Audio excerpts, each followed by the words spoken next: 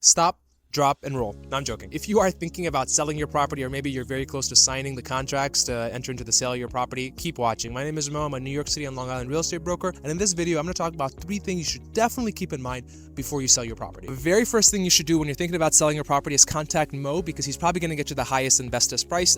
No, but on a more serious note, even though that was pretty serious, the very first thing you should definitely keep in mind when you're selling your property is the first 2 to 3 weeks that listing goes live. That is when you will have the most momentum. And what I mean by that is when the listing is the most newest, I would say, in that submarket, so it's going to be getting a lot of attention. And typically the first 2 to 3 weeks after a listing goes live that's when you're going to get the most realistic benchmark, or where the offer should come in. And the longer it stays on the market, the typically lower and lower the offer rankings go. And the second thing you have to keep in mind when it comes time to sell or list your property is don't try to hide any of the defects. Especially nowadays, everyone's smart enough to do a home inspection or a property inspection, so any deficiencies are going to pop up.